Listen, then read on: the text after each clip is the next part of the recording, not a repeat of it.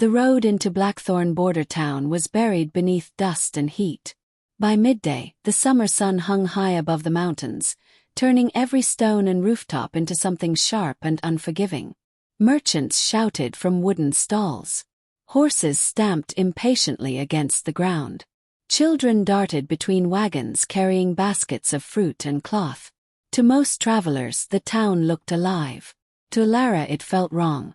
She slowed her horse near the town gate and listened. Not to the merchants. Not to the laughter. To the silence hiding underneath it. Years of traveling had taught her something important. Cruel places always sounded cheerful from a distance. The closer she rode, the more uneasy she became. A crowd had gathered in the central square. Hundreds of people stood shoulder to shoulder, watching something with eager excitement. Some were laughing. Others were placing bets. A few even carried food and drinks as if they were attending a festival. Elara frowned. Festivals did not usually smell like fear. Yet fear lingered in the air so strongly she could almost taste it. She dismounted and led her horse through the crowd. The moment she reached the front, her stomach tightened. Dozens of them. Men and women stood on a wooden platform with iron collars around their necks. Some looked exhausted. Others looked completely broken. Slave auction. Elara's jaw tightened. She had seen such things before. Never enough to grow used to them. Never enough to stop hating them. An overweight merchant walked across the stage, smiling as if he were displaying expensive jewelry instead of human beings. Strong workers, he announced proudly. Healthy. Obedient. Perfect for farms and mines. The crowd cheered. Elara looked away. For a moment. Only a moment. Then she noticed something strange. At the far end of the platform sat a massive iron cage. The cage was larger than any she had ever seen. Its bars were reinforced with thick steel. Heavy chains wrapped around it several times. Whatever was inside had terrified its captors. People kept their distance from it. Even the guards looked nervous. A low growl emerged from the darkness. The crowd instantly became excited. There it is. The monster. I heard it killed 7 warriors. No, 12. They say arrows barely hurt it. Elara turned toward the cage. Inside sat a beast unlike anything she had ever seen. It resembled a wolf. Yet no wolf could grow that large. Its shoulders nearly reached the height of a horse. Silver-gray fur covered a body marked with countless scars. One eye remained closed beneath an old wound. Fresh blood stained patches of fur near its ribs. Someone had beaten it recently. Badly. Yet despite its injuries, the creature radiated power. Silent. Dangerous power. The crowd wanted fear. The beast gave them something worse. Simply watched. Its golden eyes moved slowly across the square. Observing. Judging. Waiting. Then Elara noticed someone sitting beside the cage. Child. Perhaps 8 years old. Dirty. Terrified. His wrists were bound with rope. His face carried bruises that no child should ever wear. Yet he sat close to the cage. Close to the monster everyone feared. And strangely, he seemed safer there. A guard grabbed the boy's arm. Move! The child resisted. No! The guard struck him across the face. The crowd laughed. Elara felt anger rise inside her. The boy stumbled. Before he could hit the ground, something happened. The beast moved. A growl rolled through the square. Terrifying. The entire crowd froze. The creature stepped forward inside its cage and positioned itself between the child and the guard. Not aggressively. Protectively. The difference was obvious. At least to Elara. The guard immediately backed away. The boy quickly scrambled closer to the cage. The massive beast lowered its head slightly, as if checking whether he was hurt. Elara stared. Something shifted inside her. That was not how monsters behaved. The merchant laughed loudly. You see, he shouted. Even chained, it's dangerous. The crowd murmured nervously. But Elara was no longer watching the beast. She was watching the child. The boy's hand rested against the iron bars, and the creature leaned slightly toward him. Not enough to touch. Enough to reassure. Enough to comfort. The child whispered something. The beast became still again. No fear. No aggression. Trust. A strange trust. The auction continued. One slave after another was sold. Families were separated. Mothers cried. Children screamed. The crowd remained entertained. Elara felt sick. Hours passed. Eventually the merchant reached the final attraction. Beast. Excited whispers spread through the square. The local lord stood from his elevated seat. Unlike the merchants, he wore expensive clothing and a satisfied smile. This was his town, his entertainment, his cruelty. Ladies and gentlemen, he announced, raising both hands. Today we conclude with something special. The crowd erupted. The lord pointed toward the cage. This creature was captured near the northern forests. Cheers followed. It slaughtered warriors. More cheers. It destroyed patrols. Louder cheers. The child suddenly stood. No. The square went quiet. The boy's voice trembled. He didn't hurt anyone. Laughter exploded around him. The Lord smiled cruelly. Oh! The child swallowed hard.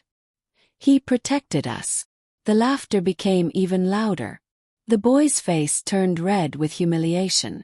Yet he refused to sit down. He saved people. No monster saves people, someone shouted. The crowd agreed immediately. The Lord leaned forward. Then perhaps you would like to die beside it. The child froze. Fear flooded his eyes. For a moment he looked very small. Very alone. Elara remembered being alone. She remembered what it felt like when no one spoke for you. When no one stood beside you. When the world decided your suffering was entertainment. The memory hit harder than expected. Meanwhile, guards dragged the child toward the center of the platform. The beast slammed against its chains. The entire cage shook. Gasps filled the square.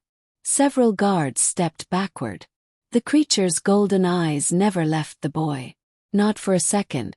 Again, Elara noticed something everyone else missed. The beast wasn't trying to escape. It was trying to reach the child. Trying to protect him. The realization settled heavily inside her. Something was wrong. Terribly wrong. This story wasn't what people believed. The Lord raised his hand. Bring the executioner. The crowd cheered. The child began crying. The beast growled again. This time the sound carried pain. Not rage. Pain. And suddenly Elara couldn't remain silent any longer. Before she could think herself out of it, she stepped forward. Stop! The single word cut through the noise. The crowd turned. The Lord frowned. The guards hesitated. Even the beast looked toward her. For the first time their eyes met. Golden eyes. Ancient eyes. Eyes carrying far more intelligence than any animal should possess. For one strange heartbeat, everything seemed to disappear. The crowd. The noise. The square. Only those eyes remained. Watching her. Studying her. As if searching for something. Then the moment passed. The Lord laughed. And who are you? Elara lifted her chin. A healer. More laughter erupted. The Lord shook his head. A healer wishes to interfere. I wish to know why a child is being punished. The smile slowly vanished from the Lord's face.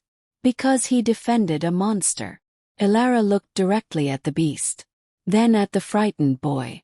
Then back at the crowd. No. Her voice remained calm. But I think everyone here is judging the wrong creature. The square fell silent. A dangerous silence.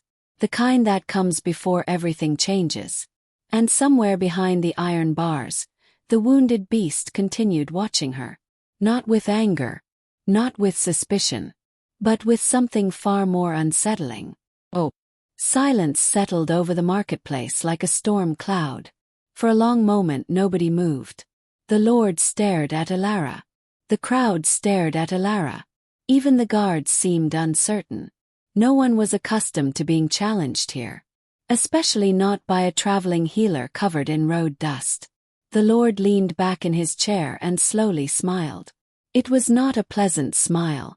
It was the smile of a man who enjoyed watching others suffer. "Interesting," he said. "Very interesting." A few nervous laughs emerged from the crowd. Elara remained where she stood. She had spoken without planning to, without considering consequences. Now there was no taking it back. The child stood frozen near the center of the platform, his frightened eyes darting between her and the Lord. The massive beast remained inside its cage, watching, always watching. The Lord rose from his seat and descended the wooden stairs. His expensive boots echoed against the platform. When he stopped in front of Elara, he looked her up and down as if she were an insect. "You believe this monster is innocent?" Elara met his gaze calmly. "I believe there is more to this story than you've told." The crowd murmured. The Lord chuckled. "Do you know what it is?" "No." "Then perhaps you should keep your opinions to yourself." Some people laughed. Elara did not. She looked past him toward the child. The boy's hands were trembling. Tears streaked through the dirt on his face. No child should look that afraid. No child should be standing on an execution platform. The sight strengthened her resolve. "What exactly did it do?" she asked. The Lord's expression darkened. "It killed warriors." "So I heard. And that is not enough." "It depends." The crowd reacted immediately. The Lord narrowed his eyes. "Depends on what?" "On why?" The word landed heavily. Nobody seemed interested in asking that question. "Not here. Not today." The Lord folded his arms. "You are very brave for someone standing alone." Elara almost smiled. She had spent years alone. Loneliness stopped frightening her a long time ago. Cruel people still did. But fear and silence were not the same thing. The Lord turned toward the crowd. "Perhaps our healer wishes to entertain us." Laughter spread through the square. The sound made the child flinch. The beast growled softly. The Lord glanced toward the cage. Immediately the growl stopped. Not because the beast feared him. Because the beast was watching Elara. Again. Always her. The realization unsettled her.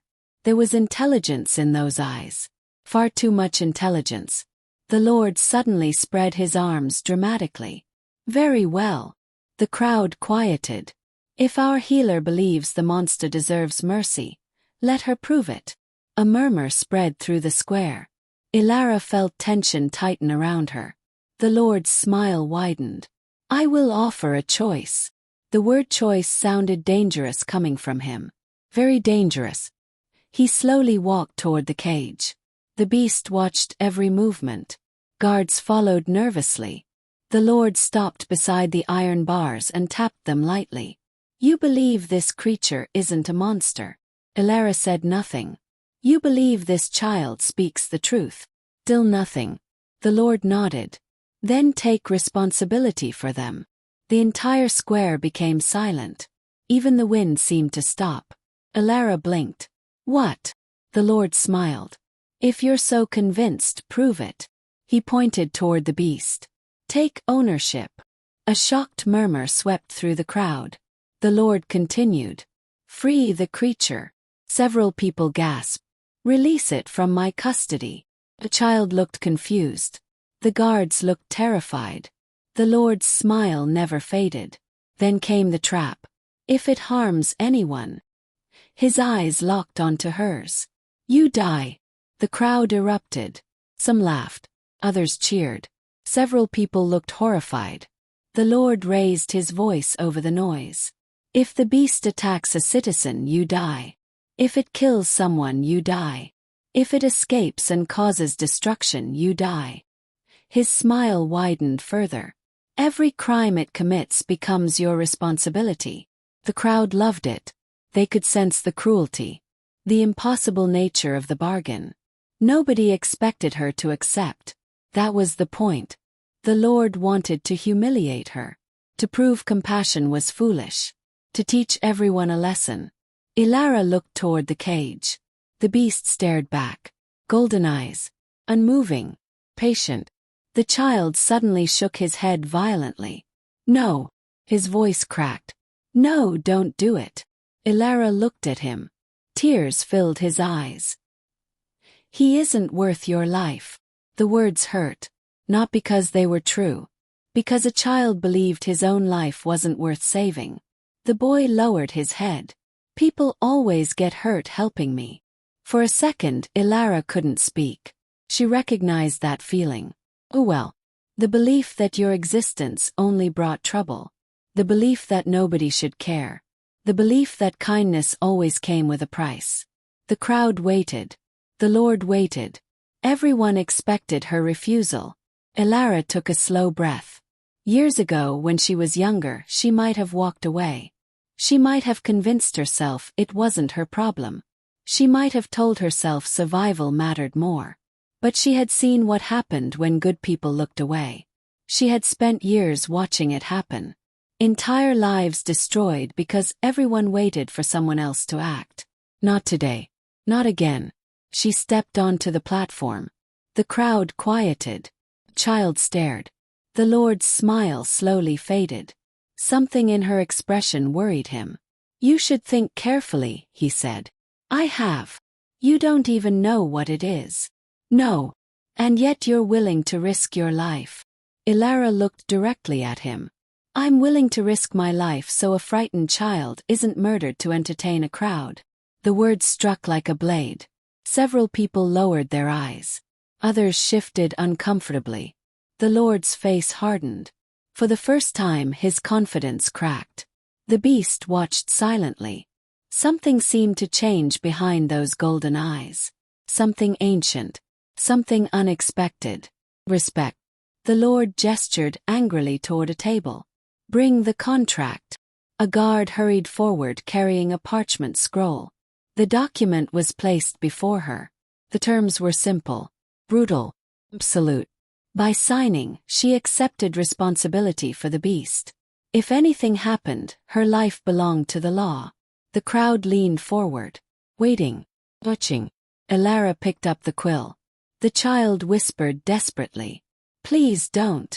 She looked at him. A small boy covered in bruises. A child nobody had protected. A child standing beside a creature everyone feared. And somehow the monster had shown him more kindness than the people around him. That alone told her enough. To sign. The sound of the quill scratching across parchment seemed louder than the crowd.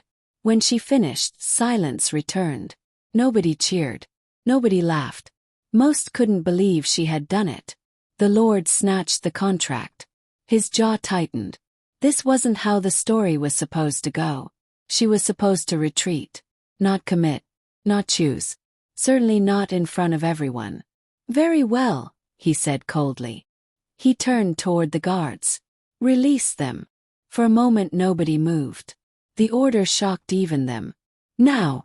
The guards obeyed. The child's ropes were cut first. The boy rubbed his wrists in disbelief.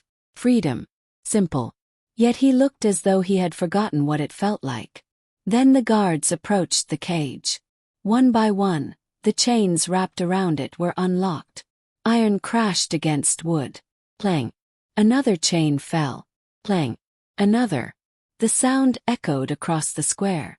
Each chain felt symbolic. Like something larger than metal was breaking. The crowd stepped backward. Fear spread rapidly.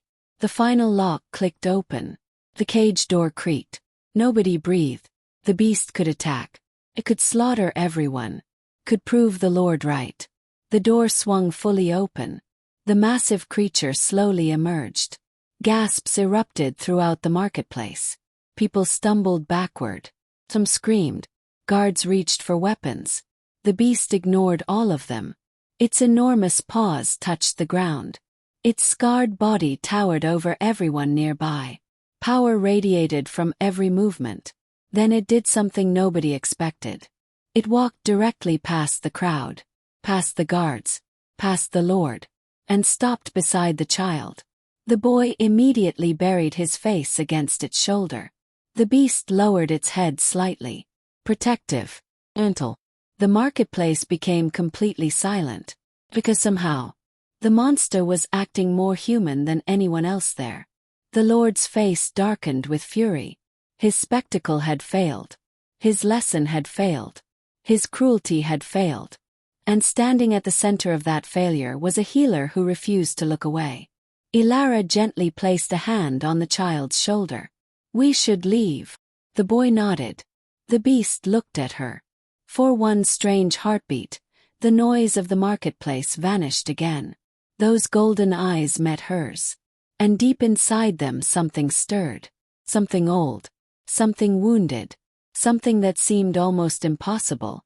Recognition. Then the moment disappeared. The beast turned away. Together, they began walking toward the edge of town. Healer, a frightened child, and a monster wrapped in mystery. The crowd parted before them. Nobody dared stand in their path. But far behind them, the Lord continued watching. His eyes cold, his smile gone. And in that moment, he made a silent decision. If the beast didn't destroy Elara, he would find another way. Because some acts of courage create enemies the moment they are born. And Elara had just created one. The town disappeared behind them as the afternoon sun slowly drifted toward the horizon. For several hours nobody spoke much. The child walked beside Elara's horse while the massive beast moved silently through the trees. The forest road stretched endlessly ahead, winding between ancient pines and rocky hills. A cool breeze carried the scent of moss and distant rain. Normally, Elara enjoyed traveling through quiet places. Today, however, the silence felt different. Heavy. Filled with questions. She glanced toward the beast. It remained several steps behind them. Close enough to protect. Far enough to avoid frightening her. The strange behavior continued to puzzle her. Every story she had heard described monsters as violent creatures driven by instinct. Yet this one showed remarkable control. Remarkable patience. Most surprising of all, it never took its eyes off the child for long. As though it considered the boy its responsibility. The child finally broke the silence. "My name is Rowan." Elara smiled gently. "That's a good name." The boy shrugged. "My mother picked it." The smile vanished from his face almost immediately. Elara understood. Some wounds were still too fresh. She didn't press further. After a few minutes, Rowan glanced toward the beast. "He likes you." Elara nearly laughed. "I don't think that's true." "It is."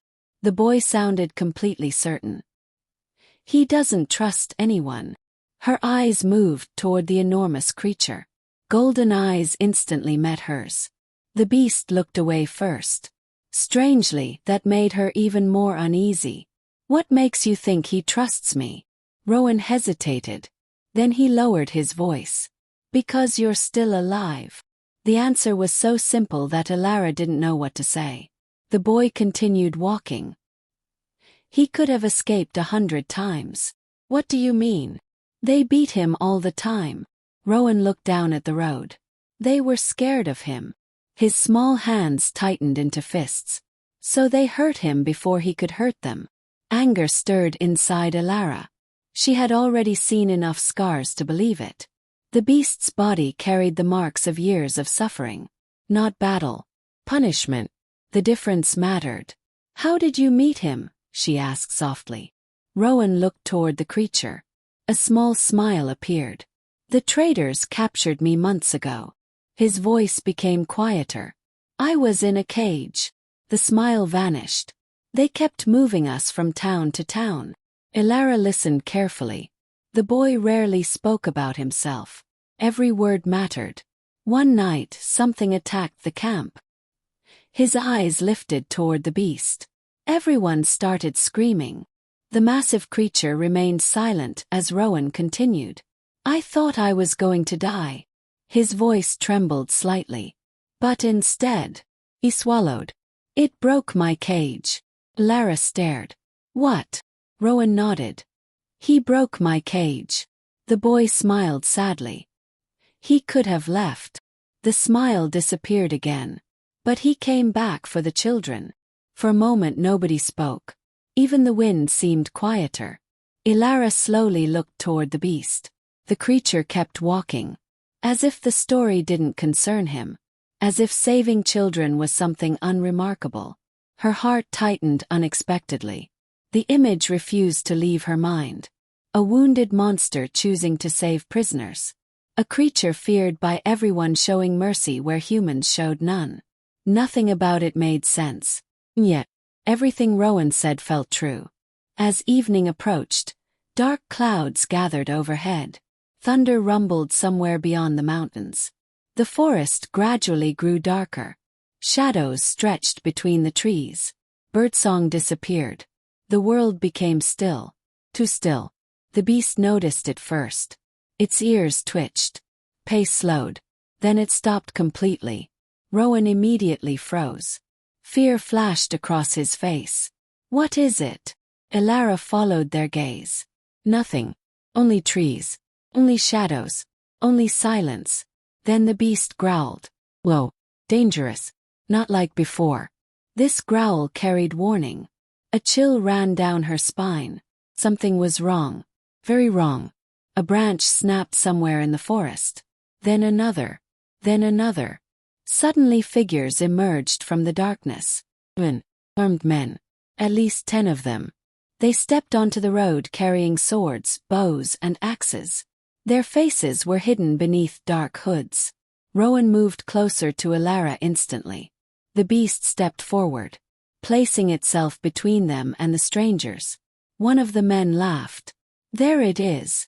Another lowered his bow. Alive just like they said. Elara's stomach tightened. They weren't random bandits. They had come specifically for the beast. The leader stepped forward. A long scar crossed his jaw. Move aside, healer. His voice sounded calm. We're not here for you. The beast growled again. The man smiled. Actually. His gaze fixed on the creature. We've been looking for you. Something flashed across the beast's eyes. Recognition. Not fear. Recognition. Elara immediately noticed it. These men knew the creature. And the creature knew them. The realization made everything worse. The leader slowly drew his sword. Take it. The attack happened instantly. Archers released arrows. Several dark shapes shot through the air. Before Elara could react, the beast moved. Far faster than something that large should have been capable of moving. The arrows struck its shoulder instead of Rowan. The creature roared. The sound shook the entire forest. Birds exploded from the trees. Horses panicked. The attackers hesitated. For the first time, fear appeared on their faces. The beast charged. Not toward Elara. Not toward Rowan. Toward the attackers. Protecting them. Always protecting them. The battle was brief. Brutal. Yet strangely controlled. The creature never attacked unnecessarily. Never pursued retreating enemies. Never killed when it could simply disable. It fought like a warrior. Not a monster. The difference became impossible to ignore. Eventually the attackers broke. Panic overtook them. Several fled into the forest. Others dragged their wounded companions away. Within moments they were gone. The road fell silent again. Rain began falling from the dark sky. Soft at first, then harder. Elara exhaled slowly. The danger was over. Or so she thought. The beast staggered. Once. Then collapsed. The ground shook beneath its weight. Rowan cried out. No! Both of them rushed forward. Several arrows remained embedded in the creature's side. Blood soaked its silver-gray fur. Far too much blood. Elara immediately dropped beside it. Her healer instincts took over. Help me! Rowan nodded frantically. Rain poured around them as she examined the wounds. One arrow had struck dangerously close to the ribs. Another had cut deep into the shoulder. The creature should have been dead already. Yet somehow it continued breathing. Barely. Elara carefully cut away blood-soaked fur. Then she froze. Strange markings covered the skin beneath. Ancient symbols. dark blue lines winding across powerful muscles. Not scars, not tattoos, something older, something important. Her breath caught. She recognized them. Only from books, only from legends. Royal markings. Symbols associated with the ancient Alpha bloodlines of the North. Her heart began pounding. That was impossible. Completely impossible. Yet the markings were real. She reached forward carefully. The moment her fingers touched the wound, the beast stopped trembling. Instantly. As though her touch calmed something deep inside it. Golden eyes slowly opened. For a brief second they locked onto hers. There, buried beneath the pain, she saw something impossible. Not an animal. Not a monster. Man. A soul trapped behind those eyes. A wounded soul carrying years of suffering. The realization sent a chill through her. 'Cause if she was right, then she hadn't rescued a beast. She had rescued someone far more dangerous. And somewhere beyond the rain-soaked forest, hidden riders had already discovered the battlefield. They saw the fallen attackers. They saw the tracks. And they immediately began following them. The hunt was no longer over. It was only beginning. Rain continued through most of the night. Cold drops struck the forest floor while distant thunder rolled across the mountains. Elara barely noticed. She remained beside the wounded beast for hours. Every time she managed to stop one wound from bleeding, another seemed to reopen. The creature's body carried years of scars beneath its silver-gray fur. Some were old. Some were recent. All of them told the same story. Someone had wanted it broken. Someone had worked very hard to make sure it suffered. Rowan slept nearby beneath a small shelter Elara had built from branches and cloth. Exhaustion had finally claimed him. The child deserved rest.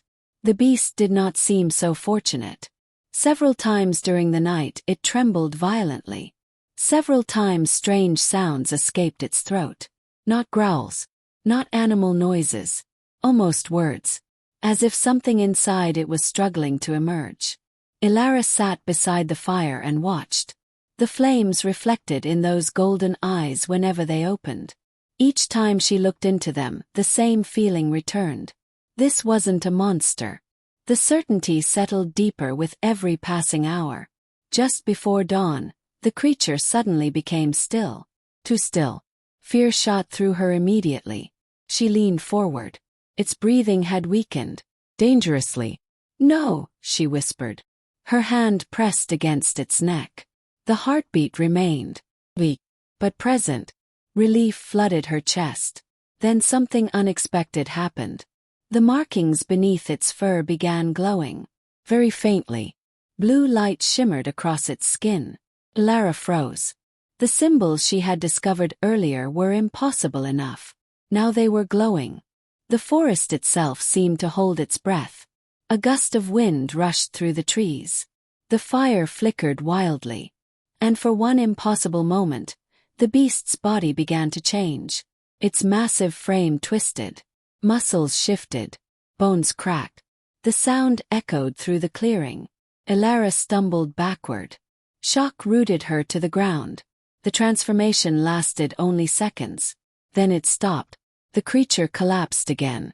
Motionless. But she had seen enough. More than enough. Human hand. Human arm. Human face. Only briefly. Only fragments. Yet unmistakably human. Elara's heart hammered against her ribs. She stared at the unconscious beast. Nothing about this situation made sense anymore. She had heard stories of werewolves. Every child had. Most were legends. Campfire tales. Ancient myths. Yet what she had witnessed was real. Terrifyingly real. And somehow she had become responsible for it. Morning arrived slowly. Gray clouds lingered overhead. Rowan awoke shortly after sunrise. The boy immediately rushed toward the beast. Is he okay? Elara hesitated. Not it. Not the beast. The child had never treated the creature like a monster. Not once. I don't know, she admitted. Rowan sat beside the unconscious creature. He'll wake up. His confidence surprised her. How do you know? The boy smiled faintly. Because he always does. Hours passed. Then another surprise arrived. Horses. Many horses. The sound reached them first. Hooves. Vest. Organized. Not bandits. Not traitors. Something else. The beast reacted instantly. Golden eyes snapped open. A low growl rumbled through the clearing. Rowan stood. Elara reached for the small knife at her belt. The approaching riders emerged from the trees moments later. More than 20 of them. Each mounted on powerful black horses. Each wearing dark armor marked with a silver wolf emblem. The sight immediately separated them from ordinary soldiers. These men carried themselves differently. Disciplined. Dangerous. Elite. Their leader dismounted first. A tall woman with silver armor and sharp gray eyes. The moment she saw the beast, she stopped breathing. Shock flashed across her face. Then relief. Raw, overwhelming relief. My king! The words hit the clearing like thunder. Nobody moved. Nobody spoke. Even the forest seemed silent. Elara stared. The woman slowly approached the beast. Her eyes filled with emotion. My king, she repeated softly. The creature watched her carefully. Recognition appeared immediately. The woman dropped to one knee. Every soldier behind her did the same. 20 warriors. Kneeling before a beast. Elara felt her pulse quicken. What did you call him? The woman turned toward her. Her expression softened slightly. You don't know. It wasn't a question. Elara shook her head. The woman looked back toward the beast. Then she spoke words that changed everything. This is Alpha King Kael. Silence. Absolute silence. The name meant something. Even to Elara. Everyone knew the name. Everyone knew the legend. The ruler of the northern territories. The warrior king who had vanished years ago. The Alpha King whose disappearance nearly destroyed an entire kingdom. Most believed he was dead. Others claimed he had abandoned his throne. Neither explanation had ever felt convincing. Now she understood why. Because he hadn't died. He hadn't abandoned anyone. Someone had turned him into this. Elara slowly looked at the beast. Kael. At the creature she had chosen over her own safety. A strange feeling settled inside her chest. Disbelief. And something else she couldn't name. The female commander stood. We need to return him to the capital immediately. Her voice carried urgency, fear, concern. Something was wrong. What happened to him? Elara asked. The commander's jaw tightened. Betrayal. One word. Heavy with history. Heavy with pain. The beast's growl deepened. The woman immediately lowered her head. My apologies, Your Majesty. The growl faded. Elara noticed something strange. Everyone treated the beast like a king. Not out of duty. Out of loyalty. Real loyalty. The kind people earned. Not demanded. That realization mattered.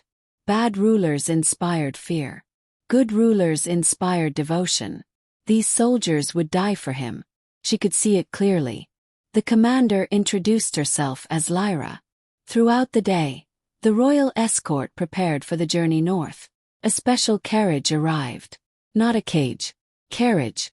Built for comfort and protection. Another detail that revealed how differently these people viewed him. By afternoon they began moving.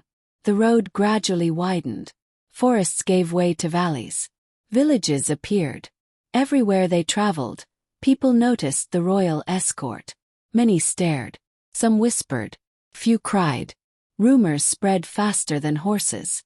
The king had returned. By sunset, the capital finally appeared. Massive stone walls rose against the horizon. Towering banners bearing silver wolves fluttered above the city. Yet despite its beauty, something felt wrong. The city seemed tense, anxious, like a place waiting for bad news. Or fearing good news. The gates opened immediately. The escort entered. Citizens lined the streets. Whispers followed them everywhere. People pointed toward the carriage carrying the beast. Some looked hopeful. Others looked frightened. Elara noticed both reactions. Neither felt normal. When they finally reached the royal castle, dozens of officials waited. Nobles, advisors, council members. Their reactions proved even more revealing. Several looked relieved. Others looked horrified. One elderly councilman nearly dropped his cane. Another turned pale. A third quickly looked away. Fear. Not concern. Fear. Someone did not want Kael returning. The realization settled heavily inside her mind. This wasn't merely a curse. This wasn't merely an accident. Someone had benefited from his disappearance. Someone powerful. Someone close enough to the throne to matter. As servants rushed the beast toward a sacred chamber deep inside the castle, Kael suddenly stopped. His golden eyes found Elara. Across the crowded hall. Across the chaos. Across dozens of people. Only her. For several seconds he simply stared. Then something unexpected happened. The restless tension inside him eased. The growling stopped. The agitation disappeared. Calm replaced it. The change was immediate. Everyone noticed. Especially the council. Especially the people who looked frightened. Their expressions darkened. Because the king responded to her. Only her. And for reasons nobody understood. Not even Kael himself. As the great doors closed behind him, Elara stood motionless in the center of the castle. She had chosen a beast. Then discovered he was a king. But deep inside, she sensed the truth was even stranger than that. Because somewhere within those golden eyes, something had awakened. Something that connected their lives long before either of them understood why. And somewhere within the castle walls, hidden behind polite smiles and royal titles, the person responsible for Kael's suffering had just learned one terrifying truth. The king was coming back. Kael's return to the capital should have brought relief. Instead it brought fear. Not fear among the common people. Not fear among the soldiers who had spent years searching for him. Their reactions were filled with hope. The fear belonged to the nobles, the council, the powerful men and women who had grown comfortable during the years of his absence. And Elara noticed every single one of them. The castle assigned her a chamber overlooking the northern gardens. It was far grander than any room she had ever slept in. A fireplace burned quietly against one wall. Rich carpets covered the stone floor. Fresh food arrived every few hours. Servants bowed whenever she passed. The attention made her uncomfortable. She had spent most of her life traveling alone. Luxury felt strange, suspicious, especially now. Because every time she closed her eyes, she remembered the look on those council members' faces. The king had returned, and some of them looked terrified. 3 days passed. Kael remained unconscious. The royal healers worked constantly. So did Elara. At first, they resisted her presence. Many viewed her as an outsider. A wandering healer with no rank. No title. No influence. But Lyra quickly ended those arguments. The king trusts her. That was enough. Nobody questioned her again. Yet every day brought new mysteries. Kael remained trapped between forms. Sometimes he appeared almost entirely human. Other times the beast returned. His body shifted unpredictably. As though the curse itself couldn't decide what he was supposed to be. And throughout it all, one thing remained constant. Whenever Elara entered the chamber, he became calmer, even unconscious. The first time it happened, everyone noticed. The growling stopped. The tension disappeared. His heartbeat stabilized. The room fell silent. One elderly healer stared at her in disbelief. "I've never seen anything like this." Neither had she. And honestly, it frightened her. Because she couldn't explain it. On the 4th day, she visited the royal library. Partly to escape. Partly to search for answers. The library was enormous. Towering shelves stretched upward into shadows. Thousands of books filled the room. Ancient histories. Magical records. Royal archives. The scent of parchment filled the air. For the first time in days, she felt herself relax. Books had always been easier than people. Books rarely lied. She spent hours searching through old texts. Most contained stories about alpha bloodlines, ancient kings, mate bonds, curses, lost magic. But one particular passage caught her attention. It described a rare bond among royal wolves. A connection so powerful it could stabilize transformations, heal damaged minds, even guide lost souls back from madness. The passage ended abruptly. Several pages were missing, torn out, deliberately. Elara frowned. That wasn't an accident. Someone had removed those pages. Someone who didn't want people reading them. The realization unsettled her, because it meant somebody inside the castle was hiding information. Important information. She carefully copied several notes before returning to Kael's chamber. When she arrived, she immediately sensed something wrong. Guards stood outside, twice as many as usual. Their expressions were tense. Inside, Lyra waited near the bed. The commander looked exhausted. What happened? Lyra's jaw tightened. Someone tried to poison him. The words hit like a hammer. What? We stopped it. Anger flashed across Lyra's face. Barely. Elara looked toward Kael. The king remained unconscious, unaware, vulnerable. Someone wanted him dead. The suspicion she carried suddenly became certainty. This wasn't simply political tension anymore. This was attempted murder. Do you know who did it? No. Lyra's expression darkened. But we know they're inside the castle. The room became very quiet. Neither woman needed to say more. The enemy wasn't outside the walls. The enemy lived among them. That night, Elara couldn't sleep. Moonlight filtered through her window. The castle remained silent. Yet unease twisted inside her chest. Something felt wrong. Very wrong. Eventually she gave up trying to rest. Throwing on a cloak, she left her room. The hallways were nearly empty. Most servants had retired. Only a few guards remained awake. Without really planning to, she found herself walking toward Kael's chamber. The moment she reached the door, she heard it. Sound. Not a growl. Not movement. Voice. Her heart skipped. Kael was speaking. She pushed the door open. The chamber was dark. Only moonlight illuminated the room. Kael lay motionless on the bed. Yet his lips moved. Words emerged softly. Broken. Fragmented. Like pieces of a dream. No. Was. Then another word. Run. His face twisted with pain. Sweat covered his skin. He wasn't awake. He was remembering. Reliving something. Elara moved closer. The king's breathing became uneven. Then suddenly, his eyes opened. Golden. Bright. Focused. Directly on her. For several seconds neither moved. Neither spoke. The air itself seemed frozen. Then something impossible happened. His gaze slowly changed. The wildness faded. The beast retreated. And for the first time, she saw the man completely. Not hidden. Not trapped. Man.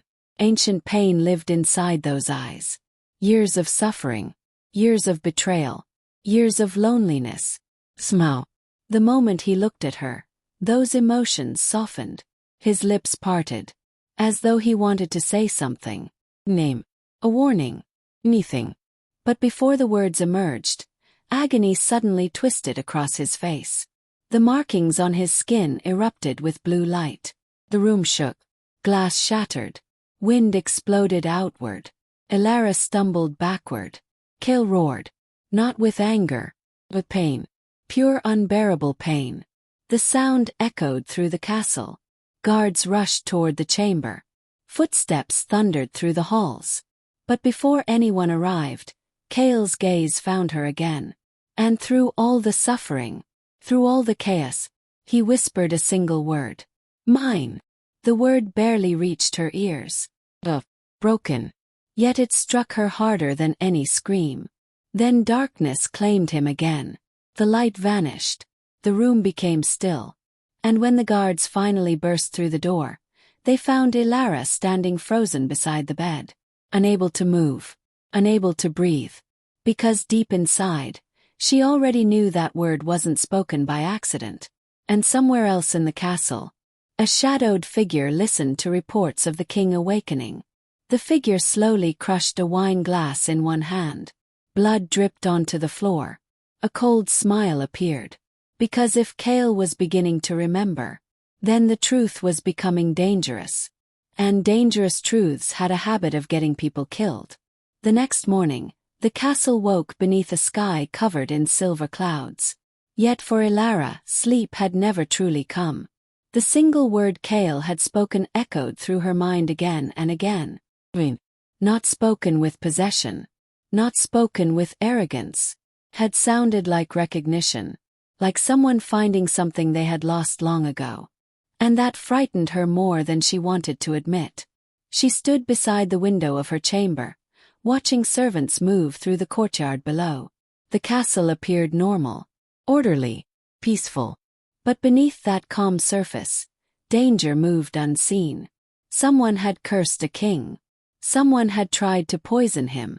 And someone was clearly afraid of what he might remember. A sharp knock interrupted her thoughts. Before she could answer, Lyra entered.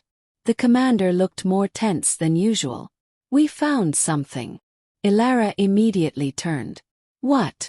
Lyra held a folded piece of parchment. It was hidden inside the old royal archives. Elara frowned. "The archives?" Lyra nodded. "Among records that disappeared after Kael vanished." That alone was enough to raise concern. Nothing important vanished by accident, especially not royal records.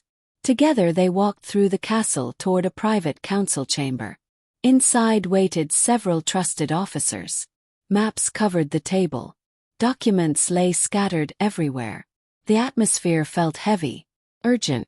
Lyra handed the parchment to Elara. At first glance it appeared ordinary, a simple report.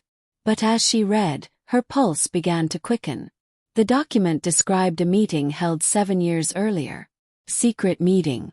Attendees included several council members. And one name appeared repeatedly. Lord Malric. Elara recognized it immediately. Malric was currently serving as the kingdom's acting regent. The man effectively controlling the throne during Kael's disappearance. The same man who always seemed uneasy whenever Kael's condition improved. The report continued. There were references to forbidden magic, northern shamans, ancient rituals. Then one sentence made her stop breathing. The Alpha King must never reclaim his human form. Silence filled the room. Even the officers looked disturbed. Elara slowly lowered the parchment. "This is proof." Lyra nodded grimly. "Proof that someone planned this. Not an accident. Not random misfortune. Conspiracy. Years in the making." Before anyone could speak again, the chamber doors burst open. A young guard rushed inside, breathing hard. "My lady." His face was pale. "The king." Lyra immediately stood. "What happened?" The guard swallowed. "He's awake." For a second nobody moved. Then everyone was running. The journey through the castle felt endless. Servants stepped aside. Guards cleared hallways. Word spread rapidly. The king had awakened. By the time they reached the sacred chamber, dozens of people had already gathered outside. Healers, officers, council members, nobles. Everyone wanted answers. Lyra pushed through the crowd. The doors opened, and Elara froze. Kael sat upright. Human. Completely human. The beast was gone. For the first time she saw him clearly. Broad shoulders. Dark hair falling to his neck. Strong features marked by old scars. His face carried the strength of a warrior and the exhaustion of a man who had suffered for years. The room felt smaller somehow, because his presence filled it. Power radiated from him naturally. Not forced. Not displayed. Simply existing. Golden eyes lifted. And immediately found Elara. Not Lyra. Not the officers. The tension in his expression eased instantly. The entire room noticed. Several council members exchanged nervous looks. Others looked openly concerned. Kael slowly rose to his feet. The healers protested immediately. "You need rest." "I've rested long enough." His voice was deep, dangerously calm. The room fell silent. Even weakened, he sounded like a king. Lyra stepped forward. Emotion filled her eyes. "My king." For a brief moment, warmth appeared on Kael's face. "Lyra." The single word nearly brought tears to her eyes. Years of loyalty. Years of searching. Years of believing he was alive. Now he stood before her again. Then Kael's attention shifted toward the gathered council. The warmth vanished. Coldness replaced it. Instantly. His gaze settled on Lord Malric. The acting regent stood near the back. Perfectly dressed. Perfectly composed. Yet sweat glistened on his forehead. Kael stared for several long seconds.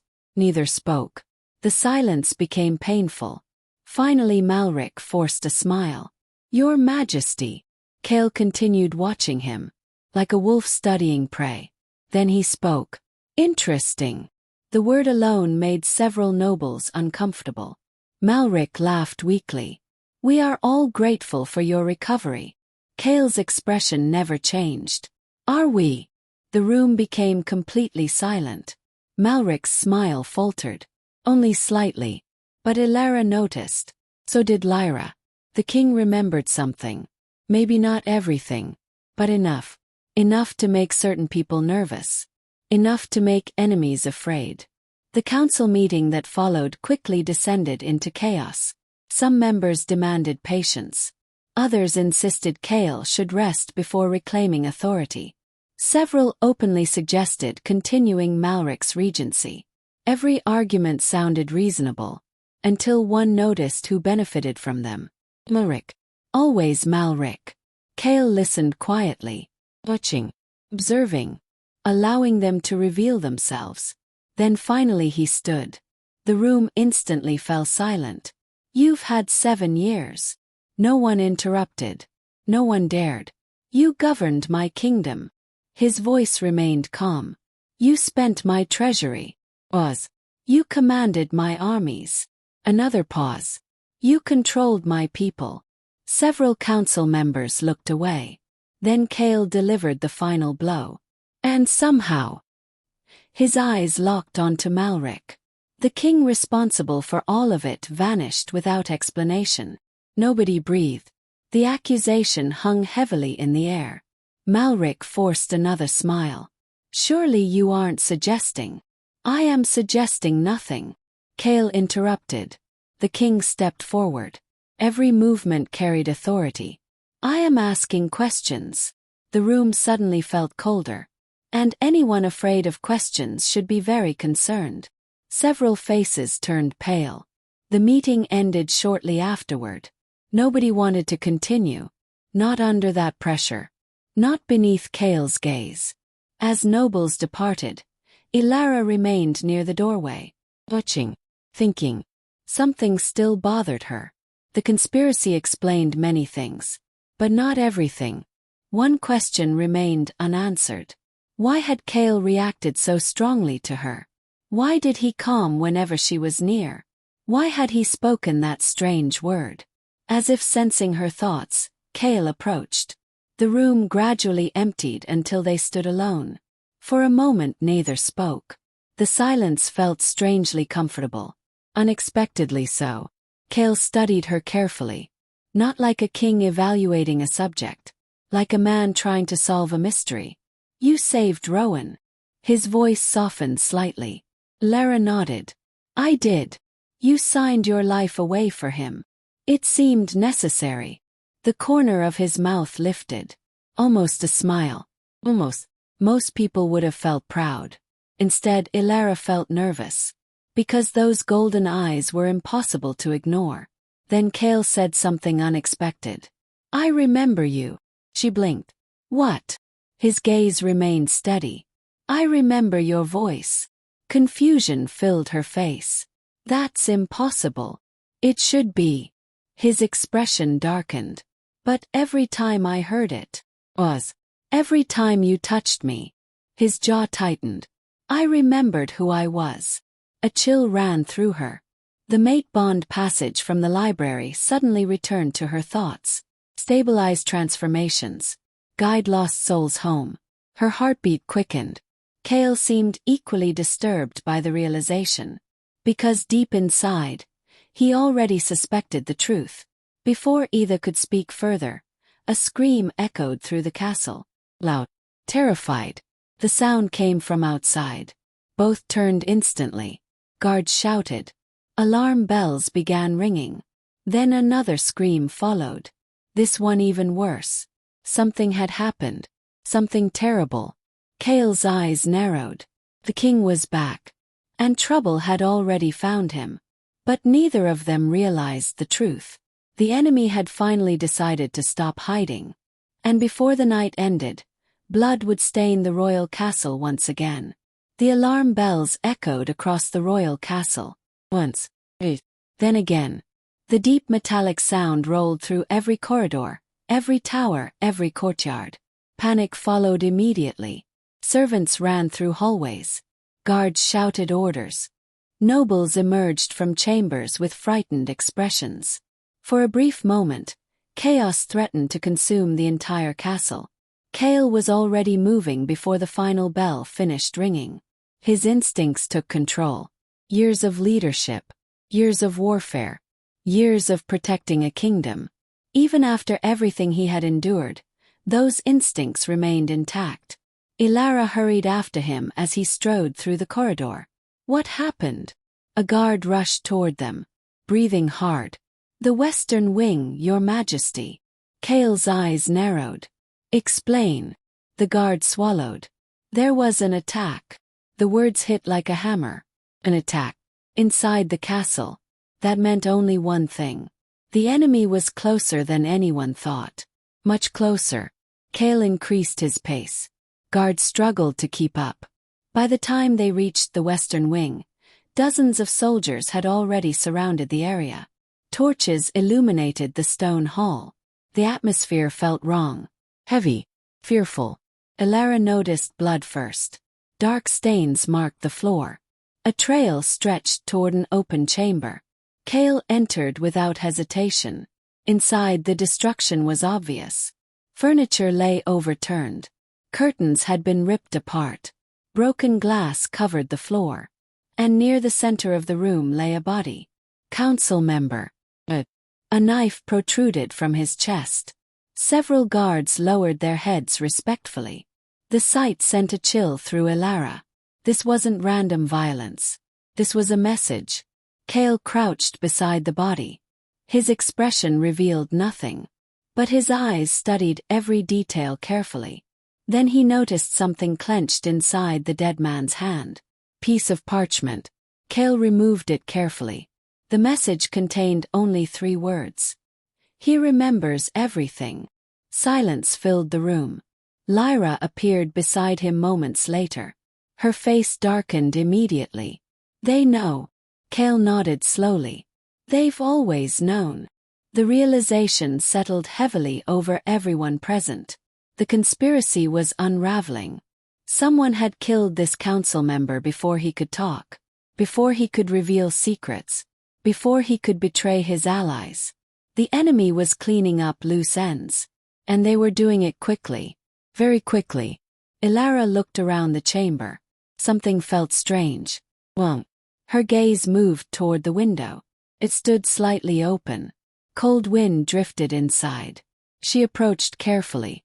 Then froze. Footprints. Fresh footprints marked the stone ledge outside. Whoever committed the murder had escaped through the window. Not long ago. Kael. The king immediately looked up. He pointed. The moment he saw the tracks, his expression hardened. Without another word, he climbed onto the ledge. Lyra immediately protested. Your Majesty. They're close. Then he jumped. Elara's heart nearly stopped. But Kael landed effortlessly on a lower rooftop. The guards rushed after him. Moments later, an entire pursuit began. Torches flooded the castle grounds.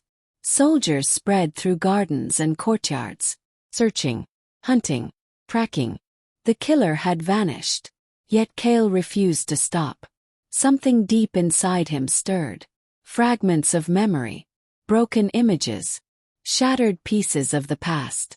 He remembered darkness, voices discussing his fate. And one voice stood above all the others. A voice he hated. A voice he intended to find. Hours passed. The search continued. Eventually the trail led toward an abandoned section of the castle. Place unused for years. Dust covered everything.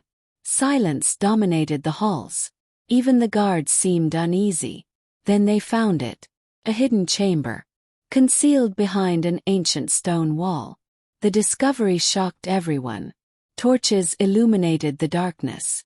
Inside stood shelves, tables, documents, hundreds of documents. Lyra immediately began examining them. Her face grew paler with every page. Financial records, secret correspondence, bribe, orders. So many names. Evidence of corruption stretched back years. Some of the kingdom's most powerful nobles appeared repeatedly, including members of the royal council, including Lord Malric. Kael's jaw tightened. The deeper they searched, the uglier the truth became. Entire villages had been abandoned, taxes stolen, political rivals removed, laws manipulated, all while the rightful king remained cursed and imprisoned. The kingdom had been bleeding for years, and now they finally understood why. Then Elara discovered something hidden beneath a loose floorboard. A journal. Worn. Dangerously important. She opened it carefully. The first page contained a familiar name. Alpha King Kael. The second page revealed something far worse. Details of the curse, the ritual, the betrayal, and the identity of the man who ordered it. Elara's breath caught. Slowly she looked toward Kael. The king noticed immediately. What is it? She hesitated. For the first time since meeting him, uncertainty filled her heart. Because the answer would change everything. The truth wasn't merely political. It was personal. Terribly personal. Kael stepped closer. His golden eyes searched her face. Tell me. The chamber fell silent. Every guard stopped moving. Every soldier watched. Elara looked down at the journal one final time. Then she spoke. The man who betrayed you. A long pause followed. Was your uncle. Shock exploded through the room. Even Lyra froze. Kael remained motionless. Completely still. As though the world itself had stopped turning. His uncle. The man who had helped raise him. The man he had trusted. The man who had stood beside his father. Suddenly dozens of broken memories slammed into place. Faces, voices, arguments, secrets, ways. And standing at the center of them all. Malric. The truth had finally surfaced. But somewhere else in the castle, Lord Malric was already preparing to flee. Because he had just received terrifying news. The hidden chamber had been found. The evidence was gone. And the king remembered far more than anyone expected. The final battle for the throne had begun. Night swallowed the kingdom beneath a blanket of storm clouds. Lightning flashed beyond the distant mountains. Thunder rolled across the horizon. And inside the royal castle, preparations for war had already begun. The discovery of the hidden chamber changed everything. There was no longer any doubt. No longer any uncertainty. Malric was guilty. The evidence filled entire tables. Letters, financial records, witness statements, secret agreements. Years of betrayal carefully hidden behind false loyalty. And now the truth stood exposed. Kael remained inside the war chamber long after everyone else had left. Maps covered the massive oak table before him. Yet he barely looked at them. His thoughts remained fixed on a single memory. His uncle. The man he had trusted. The man who had smiled while destroying his life. The betrayal hurt far more than the curse. Because curses came from enemies. This had come from family. A quiet knock interrupted his thoughts. Before he answered, Elara stepped inside. The room felt strangely smaller whenever she entered. Kael noticed it immediately. And that realization disturbed him. Because no battlefield had ever unsettled him the way one healer could. "You should rest," Elara said softly. A faint smile touched his lips. "You sound exactly like the healers. They're usually right." For the first time that day, genuine amusement appeared in his eyes. Only briefly, but it was there. Then silence returned. Comfortable silence. The kind that existed between people who no longer needed constant conversation. Finally Elara spoke again. "How much do you remember?" The question lingered between them. Kael looked toward the rain-covered window. "More every day." His voice grew quieter. "I remember my father's death. I remember becoming king." Another pause. "I remember trusting Malric." The final words carried bitterness. Raw and painful. Elara approached the table slowly. "None of this was your fault." Kael laughed softly. Humorless laugh. "Kings don't have that luxury." She frowned. "What does that mean?" His gaze lifted to hers. "It means every mistake becomes my responsibility." For several seconds neither looked away. Then Elara shook her head. "No." Kael seemed surprised. "No. You were betrayed." Her voice remained firm. "That's not weakness." The king studied her carefully. Most people agreed with him. Most people feared contradicting him. Elara never did. And strangely, he appreciated that. More than he should. A sudden commotion erupted outside. The chamber doors burst open. Lyra entered immediately. Her expression revealed everything. Something had happened. "He's gone." Kael stood instantly. "Malric." It wasn't a question. Lyra nodded. "He fled less than an hour ago." The room became deadly quiet. Of course he had fled. Cowards always ran when truth caught them. "How many?" "At least 200 soldiers." Kael's eyes narrowed. That number was significant. Far too significant. Malric wasn't escaping. He was preparing for battle. The realization spread quickly. Within minutes, the castle transformed into organized chaos. Messengers rode through the city. Soldiers assembled in the courtyards. Weapons were distributed. Armor prepared. The kingdom stood on the edge of civil war. By dawn, thousands gathered outside the capital. The royal army formed ranks beneath silver wolf banners. War horses stamped against wet ground. Steel glimmered beneath gray skies. Every soldier understood what was coming. Across the valley, Malric's forces appeared. An entire army stretched along the distant ridge. Red banners snapped violently in the wind. The sight made several officers curse quietly. Malric had spent years preparing for this. Years building secret alliances. Years gathering support. He always planned to seize the throne permanently. Kael simply returned sooner than expected. The king mounted his horse. Instantly the army fell silent. Thousands of eyes turned toward him. Many had believed him dead. Many had never expected to see him again. Yet here he stood. Guard. Changed. But alive. Kael slowly guided his horse forward. Rain began falling again. Soft at first. Then harder. The king looked across the assembled soldiers. Men and women prepared to fight. Prepared to die. Prepared to follow him. A familiar weight settled onto his shoulders. Responsibility. Duty. Leadership. Things he had never wanted. Yet never abandoned. Finally he spoke. His voice carried across the valley. Strong. Clear. Unshaken. "They stole our kingdom." The soldiers listened. "They stole our future." Rain continued falling. "They stole years from every family standing here." Murmurs spread through the ranks. Emotion stirred. Anger. Pain. Determination. Kael's eyes hardened. "But today." His voice rose. "They give it back." The army erupted. Cheers thundered across the battlefield. Weapons rose into the air. The energy became overwhelming. Even Elara felt it. Oh. For the first time in years, the kingdom had hope. Then something unexpected happened. A sharp pain struck Kael. His entire body tensed.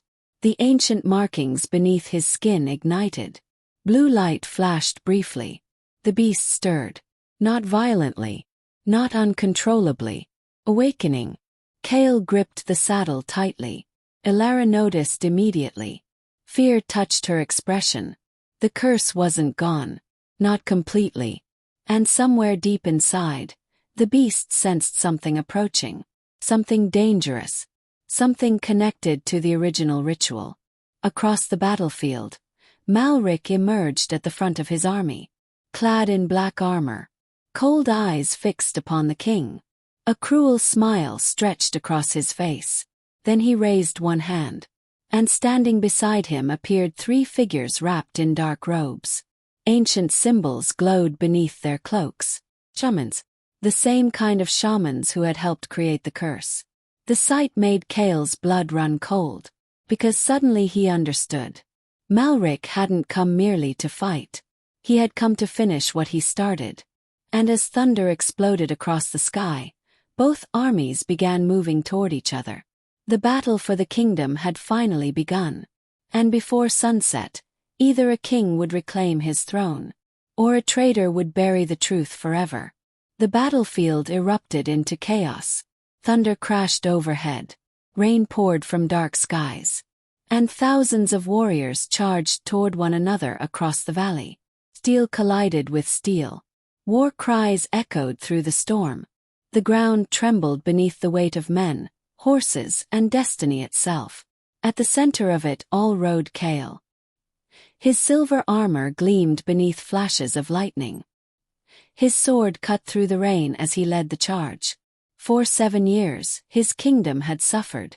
For 7 years, traitors had ruled. Today that ended. Royal soldiers surged behind him, inspired by the sight of their king alive once more. Everywhere Kael passed, morale soared. Fear vanished. Hope returned. Malric noticed it immediately. From atop a black warhorse, he watched the battle unfold with growing frustration. His army had superior numbers, better positions, years of preparation. Yet somehow they were losing ground. Because armies fought differently when they believed. And Kael gave them something to believe in. Push forward, Lyra shouted. The commander cut through enemy lines like a storm. Her warriors followed close behind. Together they shattered one formation after another. Across the battlefield banners fell. Soldiers surrendered. Others fled. The momentum was shifting rapidly. Exactly as Malric feared. His jaw tightened. Then he turned toward the 3 shamans standing behind him. Their dark robes fluttered in the wind. Ancient symbols glowed faintly beneath the rain. "Do it." One of the shamans smiled. Terrible smile. The kind that belonged to people who enjoyed suffering. Slowly they raised their hands. Dark energy began swirling around them. The air changed instantly. Temperature dropped. Birds abandoned the sky. Even the horses became restless. Far across the battlefield, Kael felt it. Pain exploded through his body. His horse nearly stumbled. The ancient markings beneath his skin ignited with blue fire. He gritted his teeth. Not now. Not here. But the curse had awakened. Stronger than ever. The shamans continued chanting. Dark power spread through the valley. Like poison. Like smoke. Like death itself. Soldiers on both sides began noticing. Fear spread rapidly. Something unnatural was happening. Something ancient. Elara watched from a nearby ridge where healers treated the wounded. The moment she felt the magic, dread filled her chest. She recognized the symbols. The same symbols she had seen on Kael's body. The same power that had trapped him for years.